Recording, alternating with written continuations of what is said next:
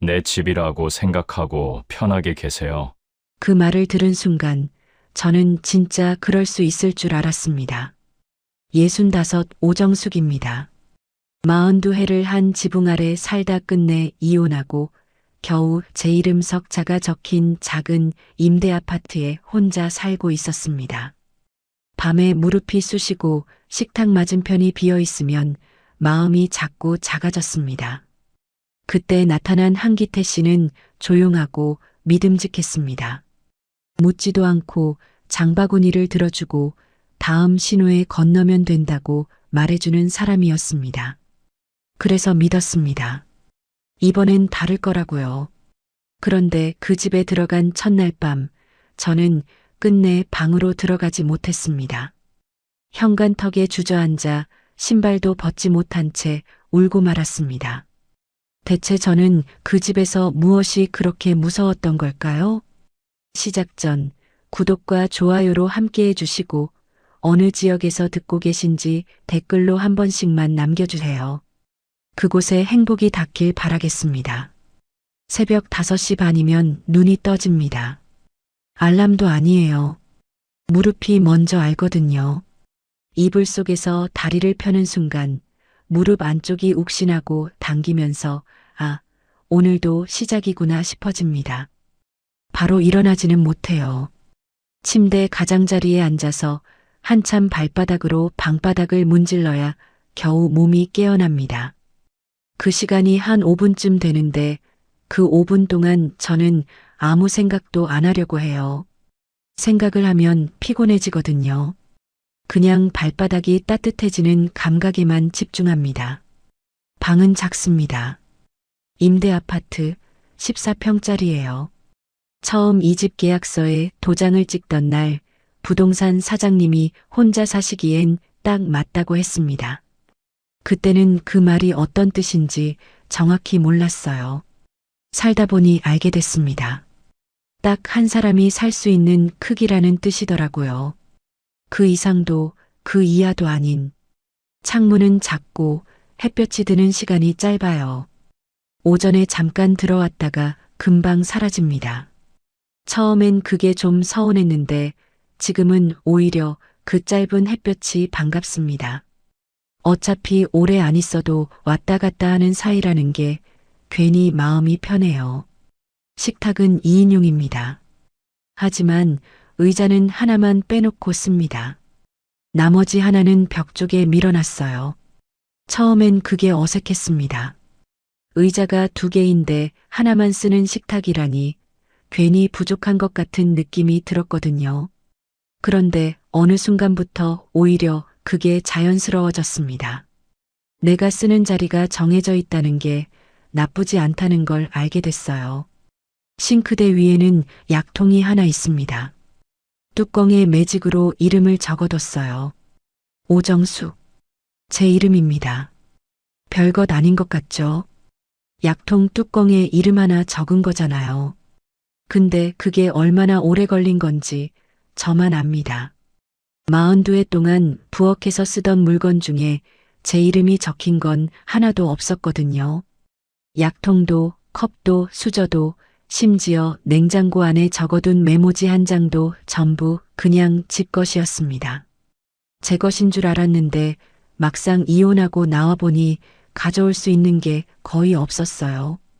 그래서 이 집에 처음 들어왔을 때 제일 먼저 한 일이 약통 뚜껑에 이름을 쓴 거였습니다. 매직으로 크게 오정숙. 우스워 보일 수 있어요. 저도 알아요. 근데 그 순간 이상하게 눈물이 났습니다. 기쁜 건지 서러운 건지도 모르게요. 그냥 한참 약통을 손바닥에 올려놓고 들여다봤어요. 제 이름이 낯설었습니다. 그게 더 서러웠어요. 정형외과 물리치료실은 늘 붐빕니다. 접수창구 앞에 번호표 뽑는 기계가 있고 어르신들이 그 앞에 줄을 서 있어요. 저도 그 줄의 일부입니다. 무릎 물리치료는 일주일에 3번. 빠지면 금방 표시가 나서 웬만하면 꼬박꼬박 다녔습니다. 가는 길이 조금 멀어도 버스 2 정거장이니까 괜찮았어요. 버스 창밖을 보며 가는 그 시간이 싫지 않았습니다. 어디 가고 있다는 느낌이 드는 게 좋았거든요. 대기실은 항상 노인들로 가득해요. 번호를 뽑고 기다리다 보면 30분은 훌쩍 넘어가는데 그동안 사람들 구경을 합니다. 손자 사진을 보여주며 자랑하는 할머니도 있고 눈을 감고 조용히 앉아 있는 할아버지도 있어요. 저는 대체로 조용히 앉아 있는 편입니다. 말을 많이 하는 게 체력 소모가 되더라고요. 나이 들수록. 그날도 대기실 의자에 앉으려는데 짚고 다니는 작은 지팡이가 손에서 미끄러졌습니다. 바닥에 떨어지면 몸을 굽혀야 하는데 무릎이 안 좋을 때 그게 보통 일이 아니거든요. 잠깐 망설이는 사이에 옆에 앉아 있던 남자가 아무 말 없이 조용히 지팡이를 주워서 건네줬어요. 그냥 건네줬습니다. 말 한마디 없이요. 그리고 나서야 한마디 했어요. 천천히 하세요. 급하게 일어나면 더 아픕니다. 저는 고맙다고 했고 그 사람은 고개만 살짝 끄덕이고 자기 자리로 돌아갔습니다. 한기태 씨였어요. 그 사람이 처음부터 좋았던 건 말을 많이 하지 않았기 때문입니다. 이상하게 들릴 수도 있는데 저는 진심으로 그랬어요. 전 남편은 말이 정말 많은 사람이었거든요. 제가 뭔가 말하는 중에도 끼어들었고 저는 끝까지 말을 마친 적이 거의 없었습니다. 42회 동안요.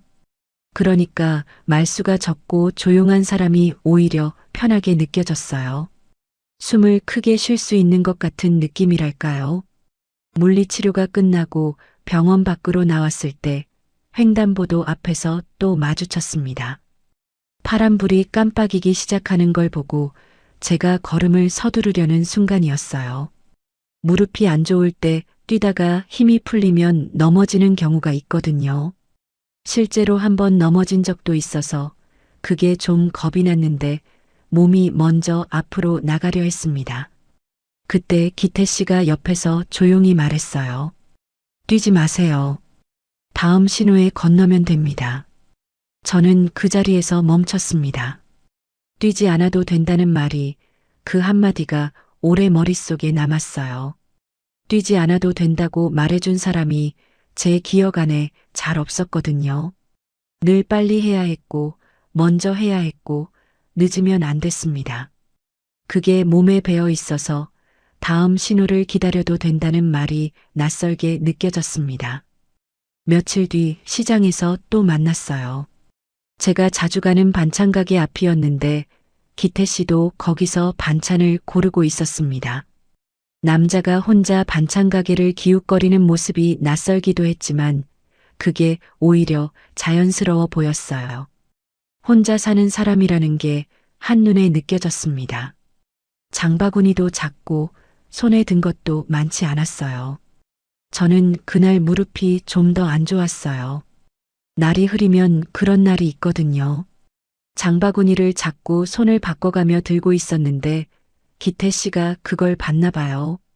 저한테 다가와서 묻지도 않고 장바구니 손잡이 쪽으로 손을 뻗었습니다. 이건 제가 들겠습니다. 같은 방향이면 조금만 같이 가시죠.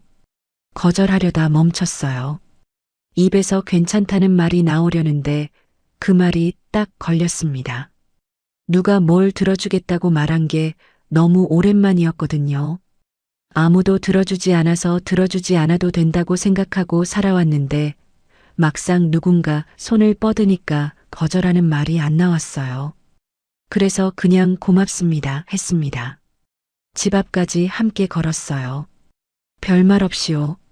나란히 걷는데 그게 이상하게 편했습니다. 말을 채워야 한다는 압박이 없었어요.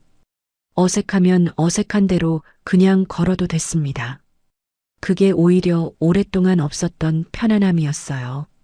골목 끝에서 기태 씨가 장바구니를 돌려주며 말했습니다. 혼자 드셔도 밥은 거르지 마세요. 그리고 돌아갔습니다. 더 말하지 않고요. 저는 문을 닫고 들어와서 장바구니를 식탁 위에 올려놨어요. 물건을 꺼내다가 손이 멈췄습니다. 제 얼굴에 웃음이 걸려 있는 걸 그때 알아챘어요. 언제부터 웃었는지도 모르게 웃고 있었습니다. 반찬 가게 주인 아주머니는 60대 초반쯤 됐을 거예요. 정숙 씨 하고 이름을 불러주는 몇 안 되는 사람 중 하나입니다. 제가 혼자 산다는 걸 알고 있어서 가끔 반찬을 조금 더 얹어주기도 하고 며칠 보이지 않으면 어디 아팠냐고 묻기도 해요. 그런 사람이 옆에 있다는 게 작게나마 버팀목이 됩니다.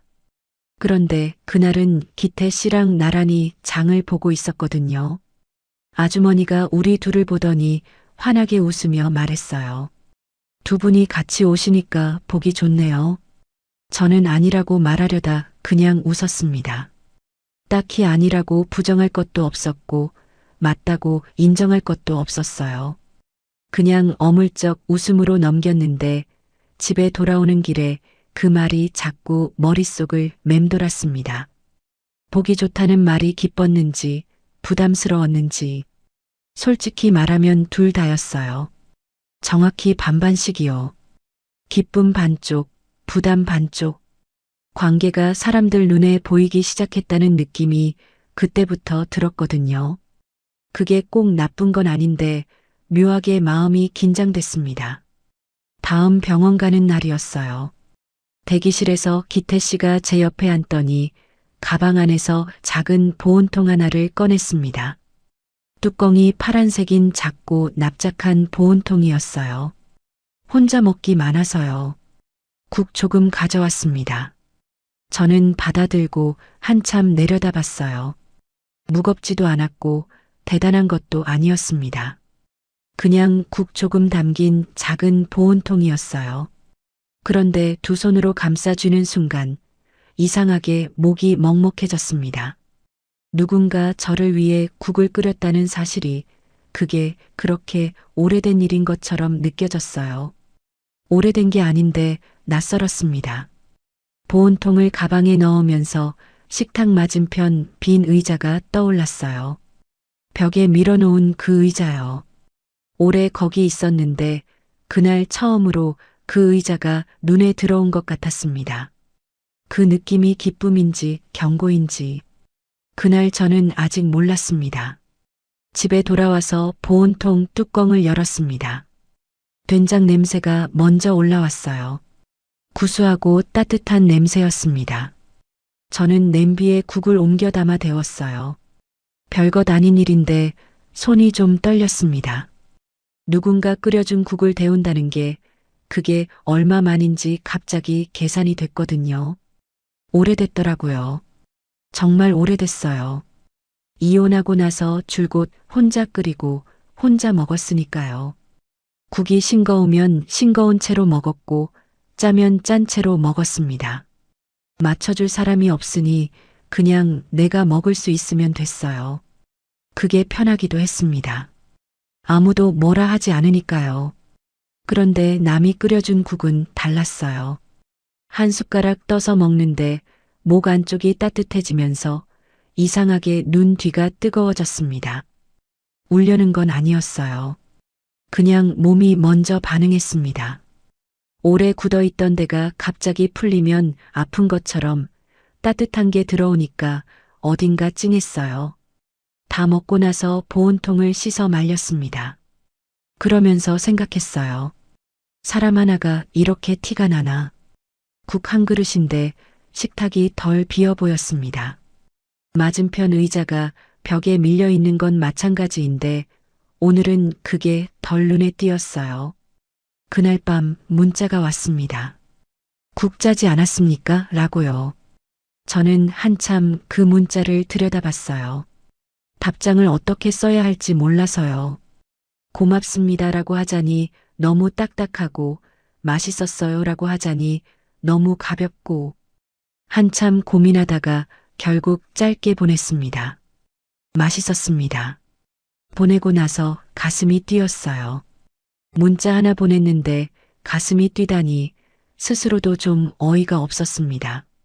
65살에 문자 보내고 두근거리다니 이게 뭔가 싶기도 했어요. 근데 부정할 수가 없었습니다. 분명히 뛰고 있었거든요. 병원 가는 날이 기다려지기 시작한 건 그 즈음부터였습니다. 물리치료가 싫은 건 변함없었어요. 기계에 다리 끼우고 전기 자극받는 게 편할 리 없잖아요. 근데 치료 끝나고 대기실에서 기태 씨를 만나는 게 생겼거든요.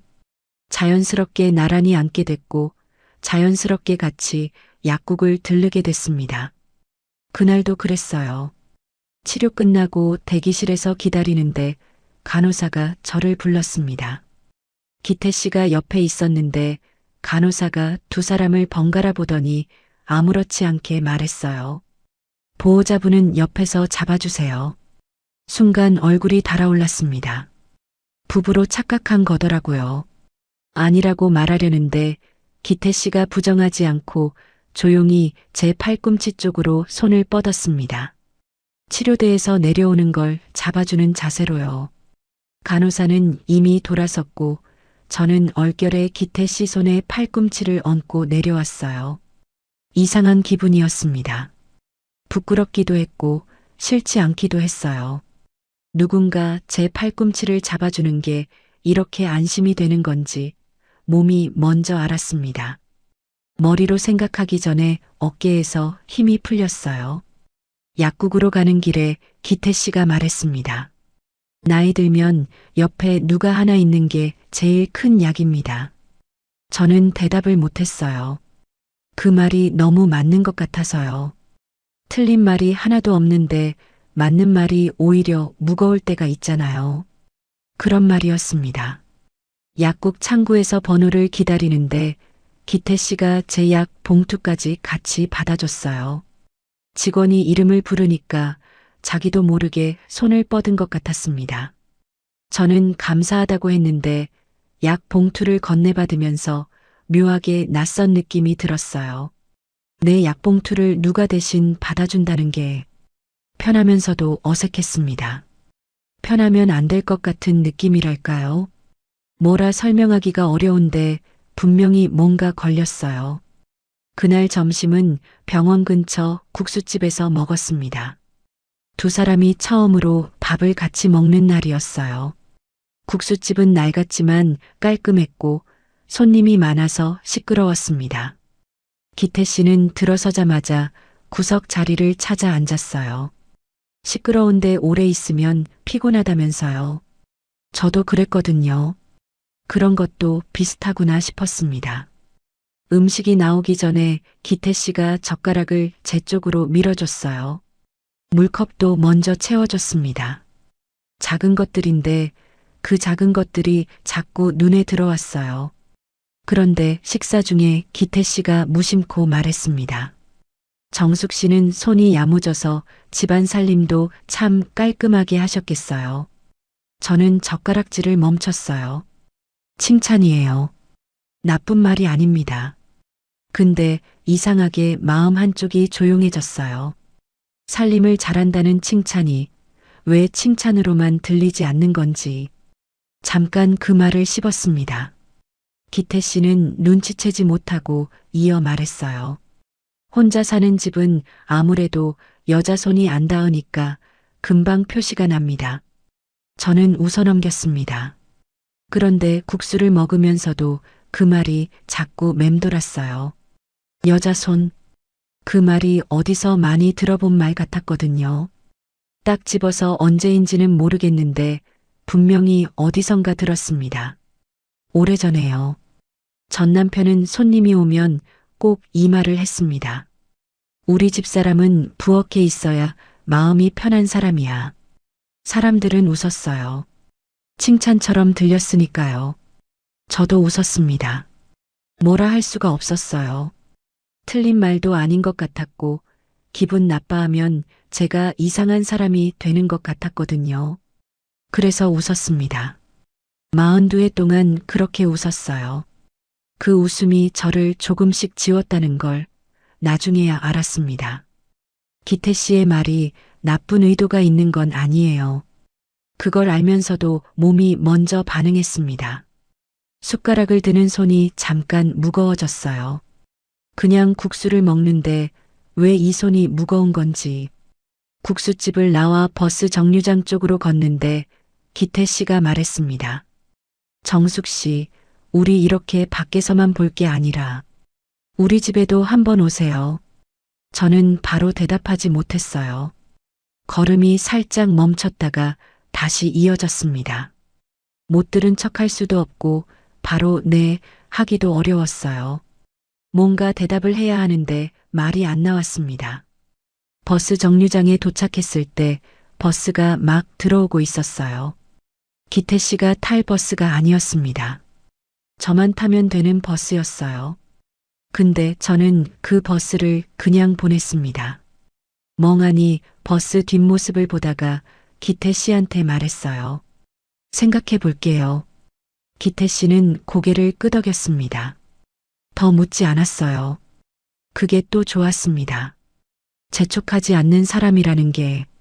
그런데 집에 돌아와서 이상하게 잠이 안 왔어요. 기태 씨 집에 간다는 게 왜 이렇게 무거운지. 싫은 게 아닌데. 그 사람이 나쁜 것도 아닌데. 그냥 발이 안 떨어지는 느낌이 들었습니다. 그게 뭔지 그날 밤엔 몰랐어요. 그냥 오래 천장을 보다가 잠들었습니다. 며칠이 지났어요. 기태 씨는 재촉하지 않았습니다. 문자도 한 번만 왔어요. 생각해 보셨냐는 것도 아니었고 그냥 이런 말이었습니다. 빈방 정리해 두겠습니다. 저는 그 문자를 읽고 한참 가만히 있었어요. 빈방이 있다는 말. 그 방이 저를 기다리고 있다는 말. 그게 따뜻하게 들렸습니다. 근데 동시에 그 방 안에서 제가 어떤 모습일지가 떠올랐어요. 아침에 일어나서 밥을 차리고 행주를 짜고 약봉투를 한쪽으로 밀어두고 아무도 시키지 않아도 그렇게 될 것 같은 느낌이 들었습니다. 그 느낌이 어디서 오는 건지는 아직 몰랐어요. 그날 밤 저는 식탁에 앉아서 약통을 한참 만졌습니다. 뚜껑에 적힌 오정숙이라는 이름을 엄지손가락으로 천천히 문질렀어요. 이름이 지워지진 않는지 확인하는 것처럼요. 결국 가기로 했습니다. 딱히 용기를 낸 건 아니었어요. 그냥 어느 날 아침에 눈을 떴는데 안 가야 할 이유가 생각나지 않았습니다. 싫은 사람도 아니고 나쁜 사람도 아닌데 집에 한번 가는 게 뭐가 그렇게 무서운 거냐고 스스로한테 물었어요. 대답이 안 나왔습니다. 그래서 갔어요. 버스를 2번 갈아탔습니다. 기태 씨 집은 오래된 아파트 단지 안에 있었어요. 20년은 넘어 보이는 건물이었는데 그래도 관리가 잘 된 편이었습니다. 엘리베이터 안에 방향제 냄새가 났어요. 누군가 신경 쓴 흔적이 있었습니다. 초인종을 누르기 전에 잠깐 멈췄어요. 심호흡을 한 번 했습니다. 별거 아닌데 왜 이렇게 숨을 고르게 되는 건지. 그냥 지인 집에 방문하는 거잖아요. 그렇게 생각하려 했는데 손이 잘 안 올라갔어요. 결국 눌렀습니다. 기태 씨가 문을 열었어요. 깔끔하게 차려입진 않았지만 단정했습니다. 머리도 빗어 있었고 현관 앞에는 실내화가 나란히 놓여 있었어요. 준비한 사람의 모습이었습니다. 현관은 생각보다 넓었어요. 신발장 위에 물건들이 놓여 있었습니다. 오래된 자동차 열쇠, 구겨진 약봉투, 손전등 하나, 접힌 마스크 몇 장. 남자 혼자 사는 집 특유의 냄새가 났어요. 나쁜 냄새는 아닌데 낯선 냄새였습니다. 오래 닫혀있던 공기 같은 것이요. 기태 씨가 환하게 말했습니다. 내 집이라고 생각하고 편하게 계세요. 저는 웃으려 했어요. 그런데 현관 바닥을 보는 순간 발이 쉽게 들어가지 않았습니다. 한 발이 문턱 안에 있고 한 발이 밖에 있는 채로 잠깐 멈췄어요. 기태 씨는 눈치채지 못했습니다. 저도 왜 그런지 몰랐어요. 그냥 발이 무거웠습니다. 기태 씨가 신발장 아래 칸에서 슬리퍼를 꺼냈습니다. 이거 신으세요. 새로 사둔 겁니다. 하얀 슬리퍼였어요. 포장도 뜯지 않은 새 것이었습니다. 저를 위해 미리 사둔 거더라고요. 그 마음이 고마웠습니다. 근데 슬리퍼를 신으면서 발끝이 이상했어요. 사이즈가 안 맞은 건 아니에요. 딱 맞았습니다. 그런데 불편했어요. 내 발에 맞는 슬리퍼인데 내가 고른 게 아니라는 게 발끝에서 느껴졌습니다. 누군가 정해준 자리에 발을 집어넣는 것 같은 느낌이랄까요? 말로 설명하기 어려운데 분명히 그랬어요. 기태 씨가 부엌에서 커피를 탔습니다. 저는 부엌 입구에 서서 집안을 천천히 봤어요. 거실은 넓지 않았지만 가구가 많았습니다. 오래 산 사람의 집이었어요. 모든 게 자기 자리에 있는 오래된 방식으로요. 싱크대 주변은 겉으로는 정리돼 있었는데 자세히 보면 어수선했습니다. 양념통 뚜껑이 제각각이었고 냉장고 문에는 오래된 병원 예약표가 자석으로 붙어 있었어요. 칼꽂이 옆에 비닐봉지가 반쯤 쑤셔진 채로 걸려 있었습니다. 기태 씨가 커피잔을 건네며 멋쩍게 웃었어요. 혼자 사니 이런 건 잘 안 되네요. 정숙 씨가 보면 답답하겠죠? 저는 괜찮다고 했습니다. 그런데 손이 먼저 움직였어요. 싱크대 위에 삐뚤어진 컵을 바로 세웠습니다. 젖어 있는 행주를 짜서 걸었어요. 식탁 위에 올려져 있던 약봉투를 한쪽 구석으로 밀었습니다. 기태 씨가 시킨 것도 아니고 제가 마음먹고 한 것도 아니에요. 그냥 손이 갔습니다. 그러다가 멈췄어요. 제 손을 내려다봤습니다. 또 시작됐구나 싶었어요. 이 손이 남의 집에서 제일 먼저 하는 일이 정리라는 게 아무도 시키지 않았는데 이 손은 벌써 이 집을 내 집처럼 움직이고 있다는 게 그걸 알아채는 순간 커피잔을 내려놓고 싶었습니다. 거실 소파에 앉았어요. 기태 씨가 과일을 깎아줬습니다. 사과를 얇게 잘라서 접시에 담아왔어요. 그것도 준비해둔 거더라고요. 이 사람이 저를 맞이하려고 신경을 많이 썼구나 하는 게 느껴졌습니다. 소파 끝에 앉았어요. 한가운데 앉기가 어색해서요. 어딘가 모르게 몸이 구석을 찾았습니다. 거실 벽을 보는데 사진들이 있었어요. 딸 사진, 아들 사진, 손주 사진. 그 사이에 여자 사진이 있었습니다. 나이 드신 분이었는데 웃고 계셨어요. 기태 씨 아내분이라는 걸 바로 알았습니다. 저는 시선을 내렸어요. 기태 씨가 그 사진을 잠깐 보다가 말했습니다. 이 사람 가고 나서 집이 너무 조용했습니다. 저는 아무 말 하지 않았어요. 그 조용함이 어떤 건지 알거든요. 저도 알아요. 이혼하고 나서 처음 임대 아파트에 혼자 있던 밤, 그 조용함이요. 아무것도 없는 조용함이 아니라 있어야 할 소리가 없어서 더 크게 느껴지는 조용함. 그래서 기태 씨가 안쓰러웠습니다. 그런데 기태 씨가 바로 이어서 말했어요. 정숙 씨가 오면 집에 온기가 좀 돌 것 같습니다. 저는 커피잔을 들고 있다가 천천히 내려놨어요. 고맙다가도 무거웠습니다. 온기를 준다는 게, 온기를 주는 사람이 된다는 게, 그 말이 따뜻하게 들리는데 동시에 묵직하게 내려앉았어요. 온기를 주는 사람이 되는 순간 저는 또 어디선가 사라지는 사람이 되는 것 같았거든요. 말하지 않았습니다. 웃어넘겼어요. 그냥 사과를 하나 집어먹었습니다.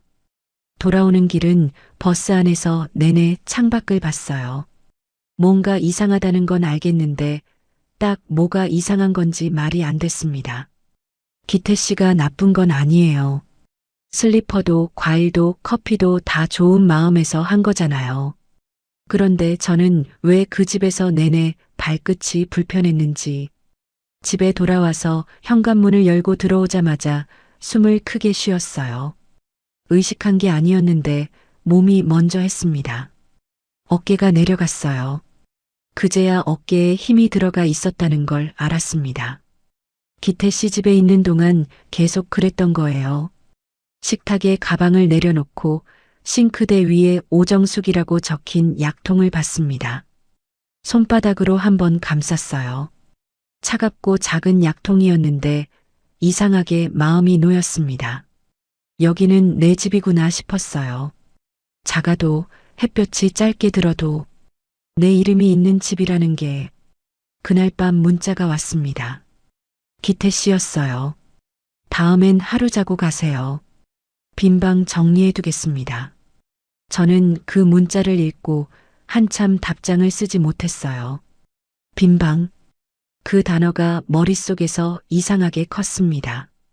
빈 방을 정리해 준다는 게 나를 위해 자리를 만들어 두겠다는 말인데, 그게 좋아야 하는 건데, 근데 왜 그 말이 가슴에 편하게 안착하지 않는 건지.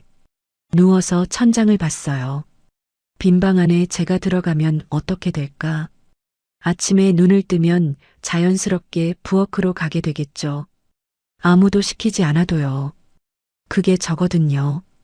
몸에 밴 거라서 어쩔 수가 없어요.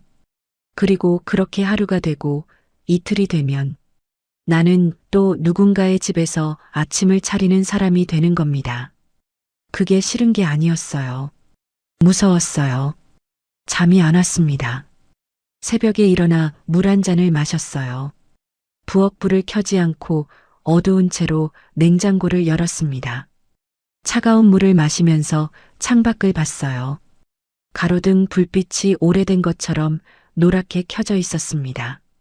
딸 서연이한테 전화해야 하나 싶었어요. 근데 뭐라고 말해요? 엄마 어떤 남자 집에 갔다 왔는데 슬리퍼가 불편했다고 그러면 서연이가 이해나 할까요? 안 그래도 엄마 걱정하는 애인데 더 걱정만 끼치게 될 것 같았어요. 그래서 전화 안 했습니다.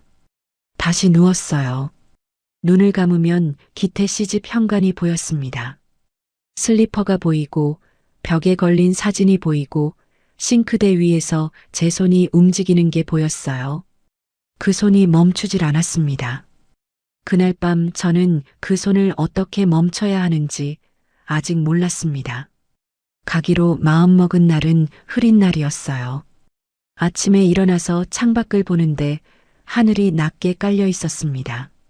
무릎이 유독 더 쑤시는 날이었어요. 이런 날은 그냥 집에 있어야 하는데 이상하게 오늘 가야겠다 싶었습니다. 더 미루면 영영 못 갈 것 같았거든요. 핑계가 자꾸 생길 것 같았어요.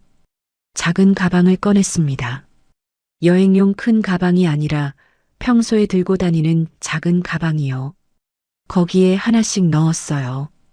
잠옷 한 벌, 속옷, 무릎 보호대, 칫솔, 그리고 싱크대 위에서 약통을 집어들었습니다.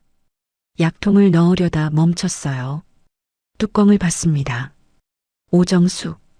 매직으로 크게 써둔 제 이름이요. 엄지손가락으로 천천히 문질렀어요. 지워지지 않았습니다. 당연히 안 지워지죠. 매직인데. 근데 확인하고 싶었어요. 내 이름이 여기 있다는 걸요. 약통을 가방에 넣었습니다. 그때 전화가 왔어요. 딸 서연이었습니다. 서연이는 서울에서 직장을 다녀요. 바쁜 애라서 자주 전화를 못해요. 그것도 알고 미안해한다는 것도 압니다. 제가 먼저 연락하면 받긴 하는데 목소리에 항상 뭔가 걸려 있어요.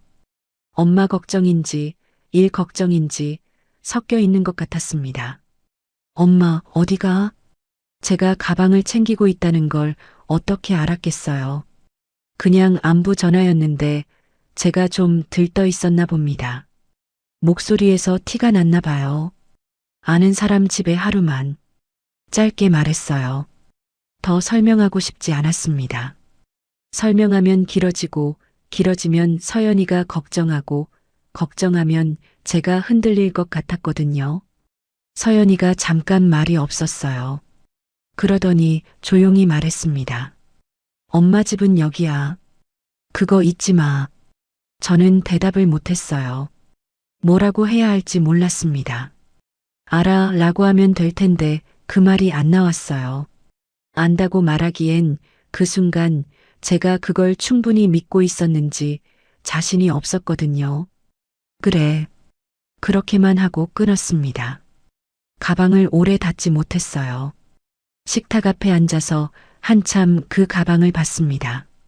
서연이 말이 귓가에 맴돌았어요. 엄마 집은 여기야. 그 말이 왜 그렇게 크게 들리는 건지. 결국 가방을 들었어요. 문을 잠갔습니다. 그리고 엘리베이터를 탔어요. 내려가는 동안 내내 올라올 때도 여기 불이 켜져 있겠지 생각했습니다. 기태 씨는 된장국을 끓여놨어요. 현관에 들어서자마자 냄새가 났습니다. 구수하고 익숙한 냄새였어요. 기태 씨가 웃으며 말했습니다. 오늘 날이 흐리니까 따뜻한 게 낫겠다 싶어서요. 저는 고맙다고 했어요. 신발을 벗고 들어갔습니다. 이번엔 슬리퍼가 그 자리에 있었어요. 저번에 기태 씨가 사둔 그 하얀 슬리퍼요. 발을 넣으면서 아직도 발끝이 어색했습니다. 식탁에 앉았어요. 된장국이 뚝배기에 담겨 있었습니다. 뚜껑을 열면 김이 올라오는 그런 뚝배기요. 기태 씨가 맞은편에 앉으며 말했어요. 내일 아침은 정숙 씨가 편한 대로 해요. 나는 원래 아침밥만 꼭 먹으면 됩니다. 저는 숟가락을 들다가 멈췄어요. 나쁜 말이 아니에요. 강요한 것도 아니고요. 그냥 자기는 아침밥을 꼭 먹는다는 말이었습니다. 근데 숟가락이 무거워졌어요. 손가락에 힘이 빠지는 것처럼요. 그 순간 다른 목소리가 겹쳤습니다. 아침밥은 꼭 있어야 사람이 산다. 전 남편이 하던 말이었어요. 아침마다 했습니다. 매일이요. 밥상이 없으면 말없이 식탁 앞에 앉아서 기다렸어요. 화를 내는 게 아니라 그냥 앉아서 기다렸습니다. 그게 더 무거웠어요. 소리를 지르면 맞서기라도 하죠. 그냥 기다리면 제가 알아서 해야 했습니다. 늘 제가 알아서 했어요. 된장국 냄새가 갑자기 무겁게 변했습니다. 방 안 공기가 달라진 것 같았어요. 아까는 구수했는데 지금은 숨이 조금 막혔습니다. 기태 씨는 눈치채지 못했어요. 국을 떠먹으며 말했습니다. 정숙 씨가 오니까 집이 정리되는 것 같습니다. 아까부터 그런 느낌이 들었어요. 저는 웃지 못했습니다. 국을 떠먹는 척 했어요. 입에 넣었는데 맛이 잘 안 느껴졌습니다. 밤 11시가 넘었습니다. 기태 씨는 잠들었어요. 텔레비전을 틀어놓고 소파에서 졸다가 방으로 들어갔습니다. 주무세요 했더니 고개를 끄덕이고 들어가더라고요. 저는 빈 방에 들어갔어요. 기태 씨가 미리 정리해둔 방이었습니다. 이불도 펴져 있었고 협탁 위에 물 한 잔도 올려져 있었어요. 신경 쓴 게 보였습니다. 근데 방 안 냄새가 낯설었어요. 오래된 장롱 냄새, 오래 닫혀있던 방 냄새. 익숙해지면 되는 냄새인데 그날 밤은 그게 크게 느껴졌습니다. 창문을 열까 했는데 날이 차서 참았어요. 누웠어요. 눈을 감았는데 눈이 안 감겼습니다. 천장을 봤어요. 기태 씨 집 천장은 제 집이랑 달랐어요. 당연히 다르죠. 다른 집이니까요. 근데 그 다름이 그날 밤은 너무 컸습니다. 협탁을 봤어요. 물 옆에 뭔가 있었습니다. 작은 거울이었어요. 오래된 손거울이었는데 테두리가 낡아 있었습니다. 기태 씨 아내분이 쓰시던 거라는 걸 바로 알았어요. 치운다고 했는데 그대로 있었습니다. 그 거울을 한참 봤습니다. 뒤집어 놓을까 했어요. 근데 손이 안 가더라고요. 그분 물건인데 제가 건드리는 게 맞나 싶었어요. 그렇다고 그냥 두기도 이상했습니다. 그 거울이 저를 보고 있는 것 같은 느낌이 들었거든요. 눈을 감았습니다. 억지로요. 잠이 안 왔어요. 얼마나 지났는지 모르겠어요. 몸을 일으켰습니다. 가만히 있을 수가 없었어요. 물을 마셨는데도 입이 텁텁했습니다. 방에서 나왔어요. 거실은 조용했고 기태 씨 방에서 불빛이 새어나오지 않았습니다. 부엌에 갔어요. 물 한 잔 더 마시려고요. 컵을 꺼내는데 손이 자동으로 설거지통을 확인했습니다. 저녁 뚝배기가 거기 있었어요. 불려놓으면 내일 닦기 편하다는 걸 알아서 손이 먼저 물을 받으려 했습니다. 멈췄어요. 이게 지금 몇 시예요? 한밤중에 남의 집 부엌에서 설거지를 불리려고 하다니. 손을 걷었습니다. 컵에 물만 따라서 마셨어요. 그리고 현관으로 걸어갔습니다. 왜 거기로 갔는지 모르겠어요. 의식한 게 아니었는데 발이 현관 쪽으로 갔습니다. 현관 불을 켜지 않고 어두운 채로 바닥에 앉았어요. 신발장 앞에요. 신발을 봤습니다. 제 신발이 거기 있었어요. 기태 씨 신발 옆에요. 나란히 있었습니다. 그게 이상하게 낯설었어요. 내 신발이 여기 있으면 안 된다는 느낌이 들었습니다. 여기가 내 자리가 아닌 것 같았어요. 신발을 신을까 했습니다. 지금 나가면 기태 씨가 당황하겠죠. 밤중에 손님이 나가버리면 그게 얼마나 이상한 일이에요. 나가면 안 되는 걸 알면서도 신발에서 눈을 뗄 수가 없었어요. 신발을 신지도 그렇다고 방으로 돌아가지도 못했습니다. 그냥 현관 바닥에 앉아 있었어요. 그때 물소리가 들렸습니다. 기태 씨가 깨서 나온 거예요. 정숙 씨, 왜 거기 앉아 있어요? 저는 고개를 들었어요. 기태 씨가 잠옷바람으로 서 있었습니다. 놀란 얼굴이었어요. 한참 말이 안 나왔습니다. 뭐라고 해야 할지 몰랐어요. 말이 없으니 기태 씨가 가까이 와서 앉으려 했는데 그때 겨우 말이 나왔습니다.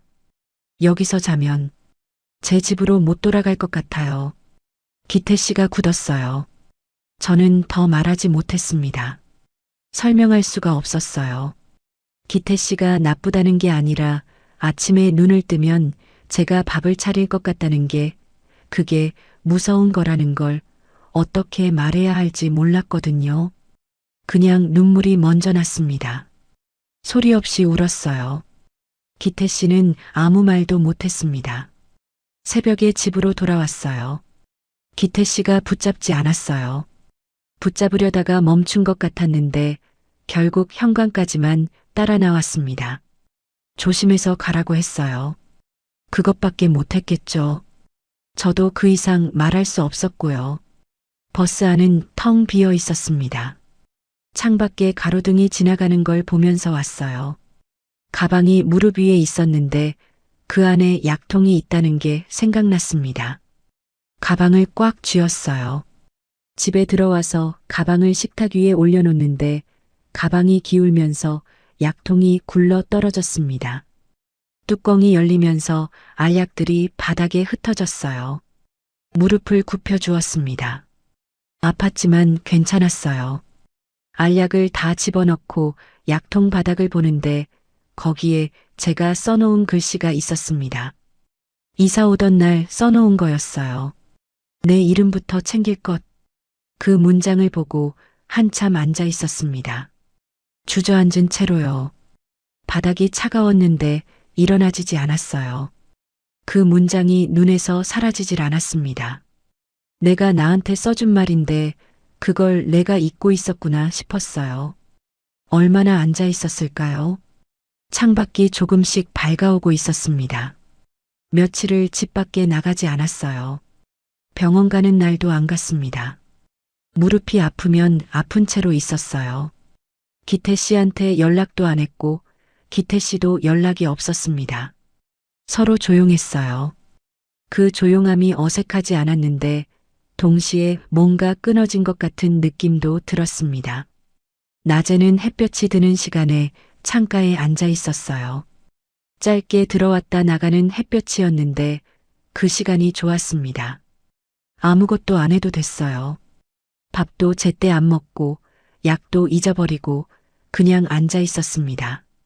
누가 뭐라 하지 않았어요. 그게 제 집이니까요. 그러다가 자꾸 생각이 올라왔습니다.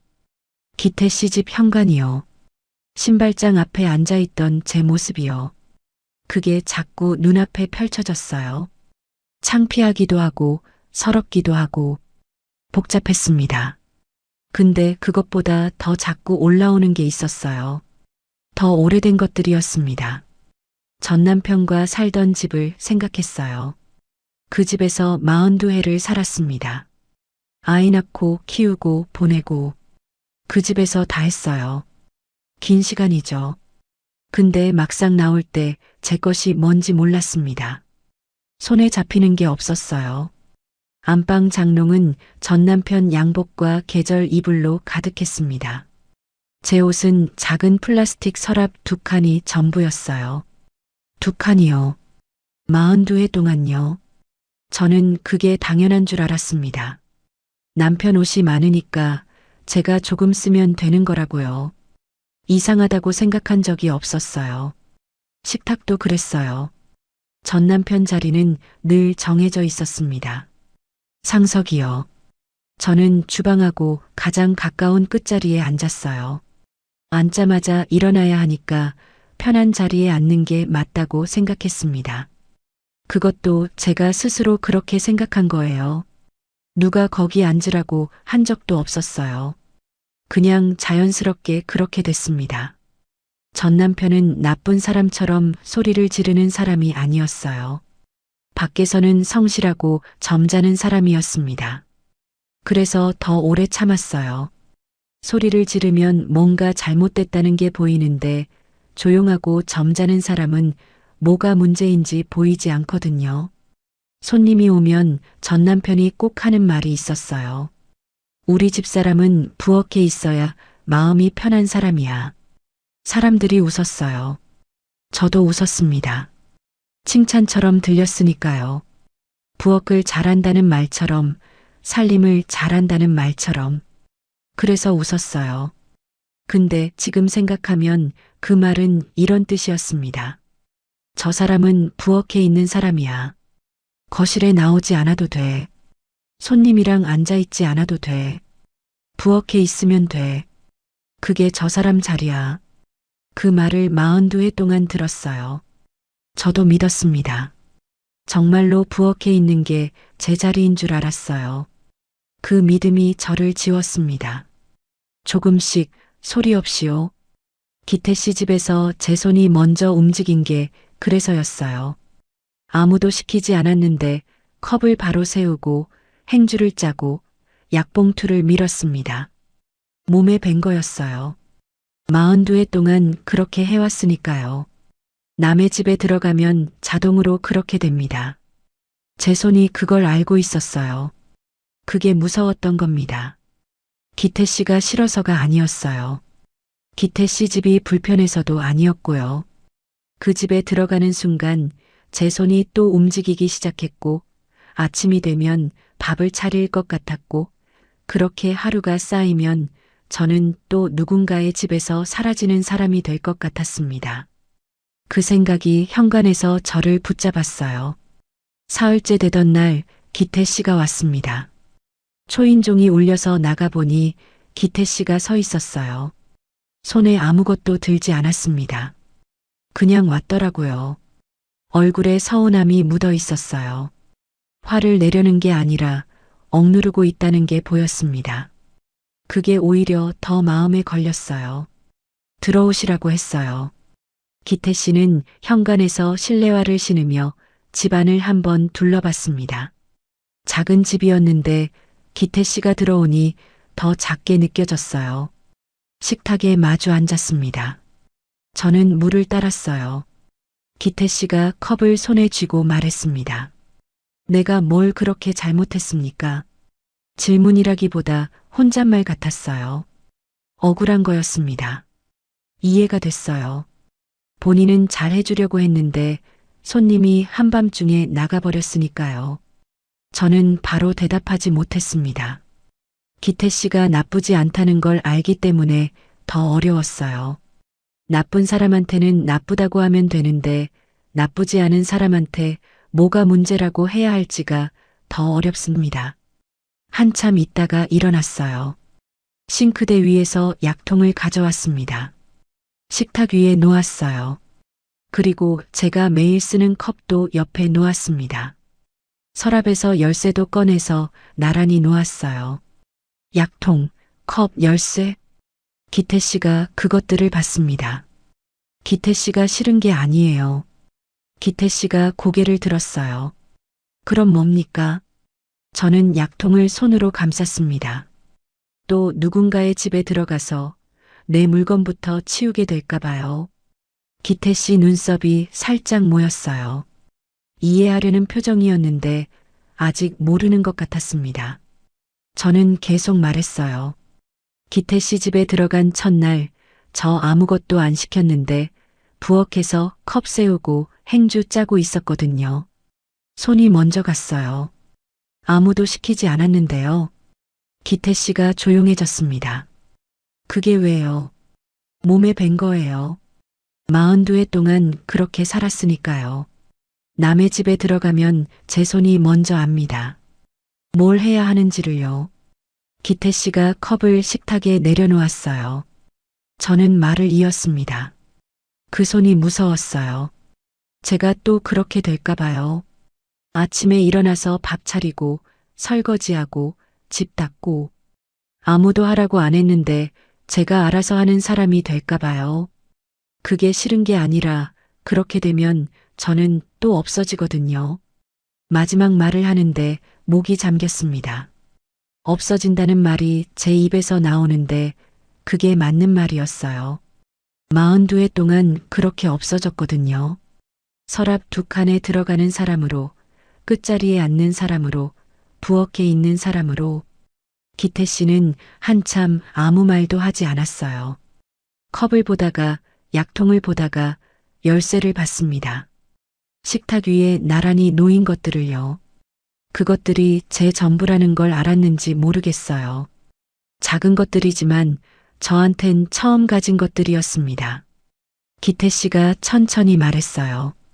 그런 줄 몰랐습니다. 저는 고개를 끄덕였어요. 알 수 없었을 거예요. 저도 오래 몰랐으니까요. 기태 씨가 일어났습니다. 더 있다가 가도 됐는데 일어났어요. 현관에서 신발을 신으면서 말했습니다. 생각 좀 해보겠습니다. 그리고 나갔어요. 저는 문이 닫히는 소리를 들으며 식탁 앞에 앉아 있었어요. 약통을 손바닥에 올려놓고 한참 봤습니다. 잘 말한 건지 모르겠었어요. 기태 씨가 상처받았을 수도 있고 기분 나빴을 수도 있어요. 그래도 말하지 않을 수가 없었습니다. 말하지 않고 넘어가면 또 그렇게 됐을 거거든요. 이번엔 말하고 싶었어요. 제가 왜 무서운지를요. 그날 밤은 잘 잤습니다. 오래간만에요. 뒤척이지 않고 아침까지 잤어요. 몸이 좀 풀린 것 같았습니다. 말을 했기 때문인지 아니면 그냥 며칠 못 잔 게 쌓여서인지는 모르겠어요. 아침에 일어나서 창가에 앉아 있는데 우편함에 뭔가 들어오는 소리가 났습니다. 나가보지 않았어요.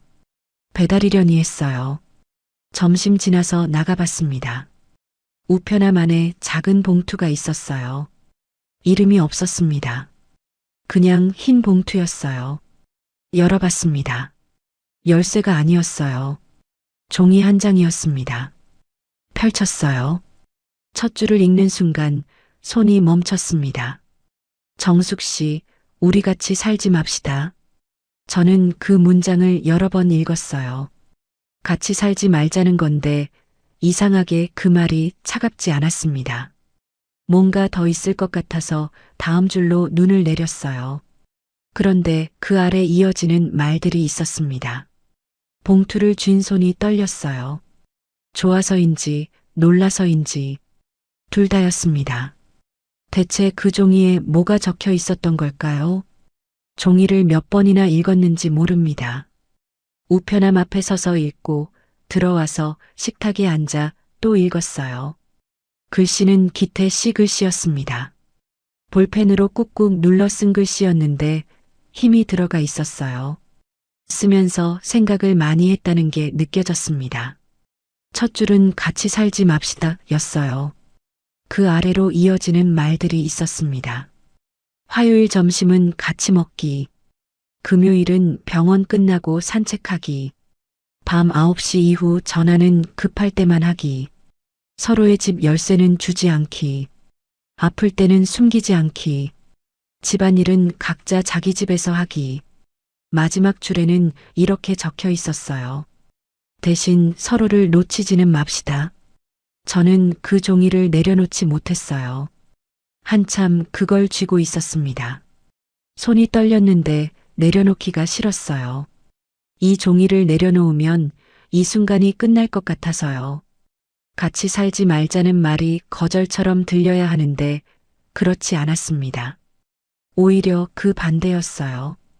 같이 살지 않아도 된다는 말이었거든요. 내 집에 있어도 된다는 말이었습니다. 내 열쇠를 주지 않아도 된다는 말이었어요. 이 사람이 하룻밤 사이에 이걸 생각했구나 싶었습니다. 며칠 뒤 기태 씨한테 연락했어요. 제가 먼저 했습니다. 만나자고요. 기태 씨는 바로 답장이 왔어요. 짧게 알겠습니다 였습니다. 병원 뒤쪽 공원에서 만났어요. 처음 같이 걸었던 곳이었습니다. 기태 씨가 먼저 나와 있었어요. 벤치에 앉아서 공원 바닥을 보고 있었는데 제가 가니까 일어났습니다. 반갑다는 표정이었는데 티를 많이 내지 않았어요. 그게 이 사람 방식이라는 걸 이제는 알았습니다. 나란히 벤치에 앉았어요. 바람이 좀 있었습니다. 차가운 바람이었는데 불쾌하지 않았어요.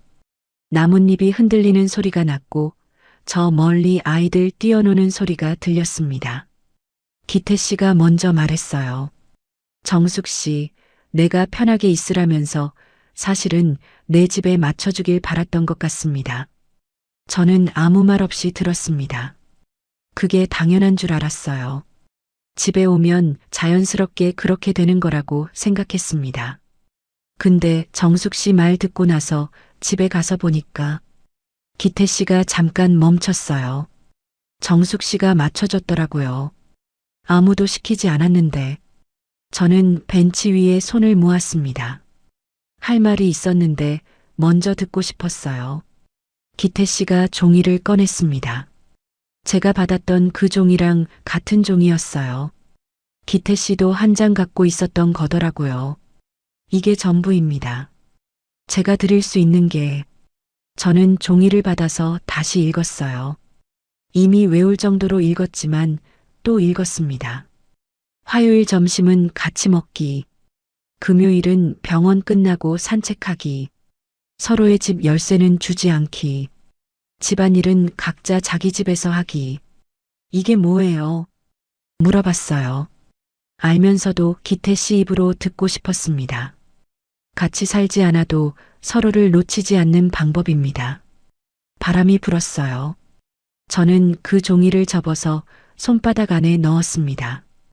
꽉 쥐지 않았어요. 그냥 손 안에 올려놓은 것처럼요.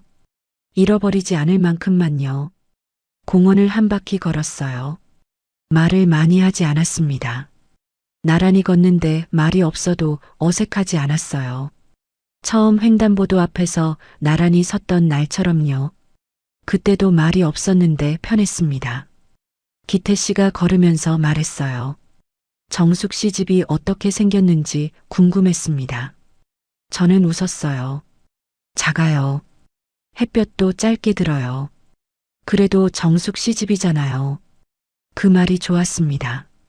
작아도 내 집이라는 걸 기태 씨가 알고 있다는 게요.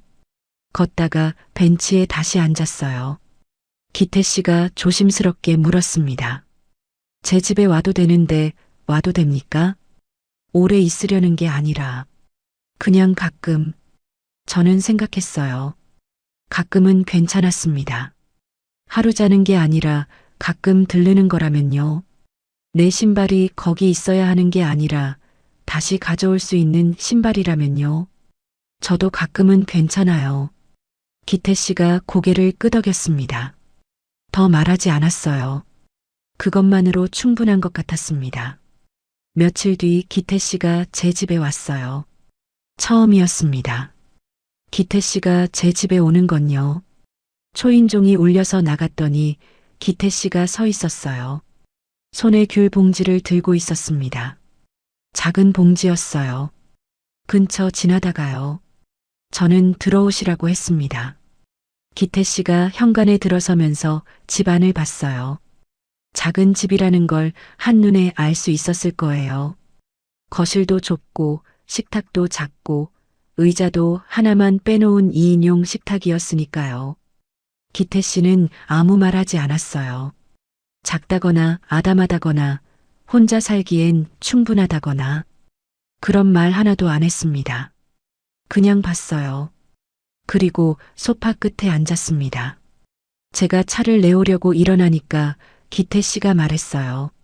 앉아 계세요. 물은 제가 따르겠습니다. 저는 앉았어요. 바로 일어나지 않았습니다. 예전 같으면 벌써 부엌에 가 있었겠죠. 근데 그날은 그냥 앉아 있었어요. 기태 씨가 부엌에서 물컵을 찾는 소리가 났습니다. 서랍을 한번 잘못 열었다가 다시 여는 소리도 났어요. 저는 가르쳐 주지 않았습니다. 기태 씨가 찾을 때까지 앉아 있었어요. 그게 이상하게 편했습니다. 내가 안내하지 않아도 되는 집이라는 게요. 기태 씨가 물컵 2개를 가져와서 하나를 제 앞에 놓았습니다.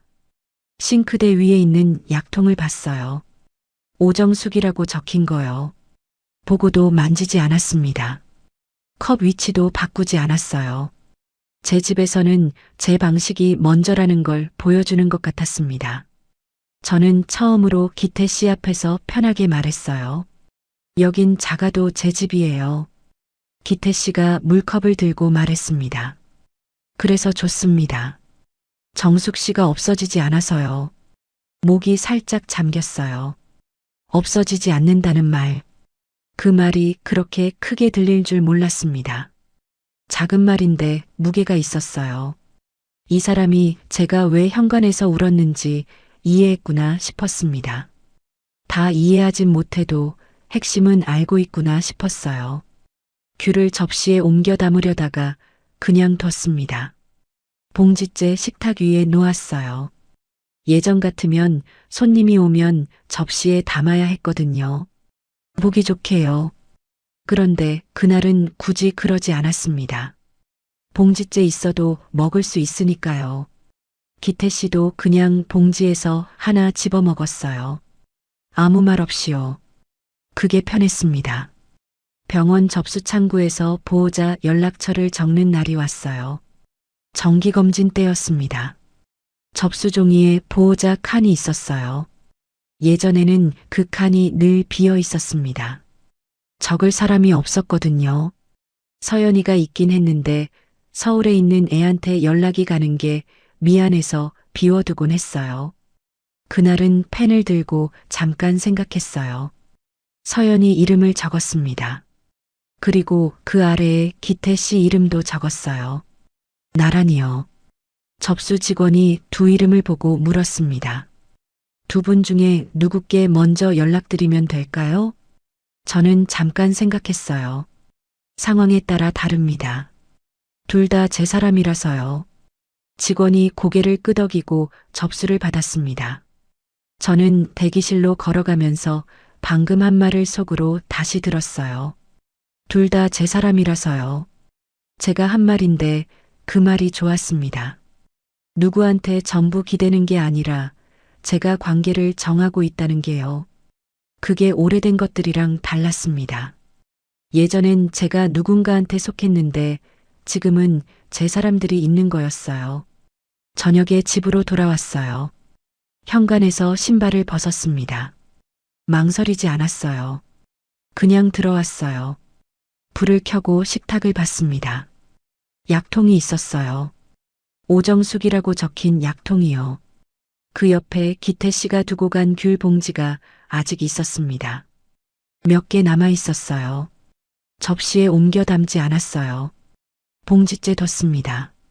냉장고를 열어서 물을 꺼냈어요. 한 잔 마시고 창가에 앉았습니다. 밖은 어두워지고 있었어요. 가로등이 하나씩 켜졌습니다. 오래 앉아 있었어요.